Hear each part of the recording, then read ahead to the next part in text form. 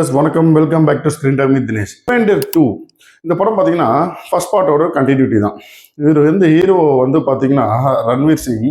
இவர் ஃபர்ஸ்ட் பார்ட்டில் வந்து இவரை வந்து ஒரு ஸ்பை, ஒரு இந்தியன் ஏஜென்ட் மாதிரி காட்டுவாங்க. வந்து பார்த்தீங்கன்னா இவர் வந்து ரன்வீர் சிங் எப்படி வந்து இந்த ஏஜென்ட்டாக மாறினாரு, அதுக்கு ஒரு ஸ்டோரி இருக்குது. அவர் கிராமத்தில் இருப்பார், அவர் அம்மா, அவருக்கு ஒரு அம்மா, அவர் தங்கச்சி இருப்பாங்க, தங்கச்சியை கடத்திடுவாங்க, அதுக்கு போய் ரிவெஞ்ச் எடுப்பார். பயங்கர ட்விஸ்ட் சஸ்பென்ஸில் ஒரு நார்மல் கமர்ஷியல் படம். இதுக்கு முன்னாடி இந்தியன் படம்லாம் நிறைய வந்திருக்கு. ஏன் தமிழில் எஃப்ஐஆர்னு சொல்லி விஷ்ணு விஷால் நடிச்சிருந்தாரு.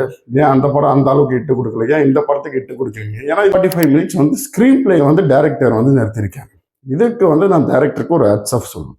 ஏன்னா ஸ்க்ரீன் பிளேவை தான் வந்து இன்ட்ரெஸ்டிங்காக கொண்டு போயிருப்பாரு. அவர் எப்படி வந்து இந்த இந்தியன் ரா ஏஜென்ட்டாக உள்ளே வந்தார், அதுக்கு ஒரு ஸ்டோரி இருக்குது.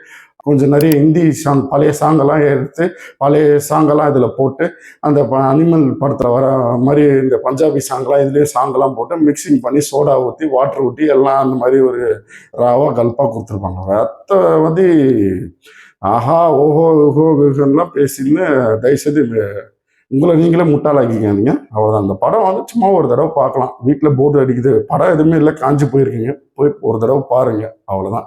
மற்றபடி இந்த படத்தோட ரேட்டிங் நம்ம சேனலில் என்னன்னு பார்த்தீங்கன்னா 2.5 out of 5. மற்றபடி வீடியோ பிடிச்சிருந்தா லைக் பண்ணுங்கள், ஷேர் பண்ணுங்கள், சப்ஸ்கிரைப் பண்ணுங்கள்.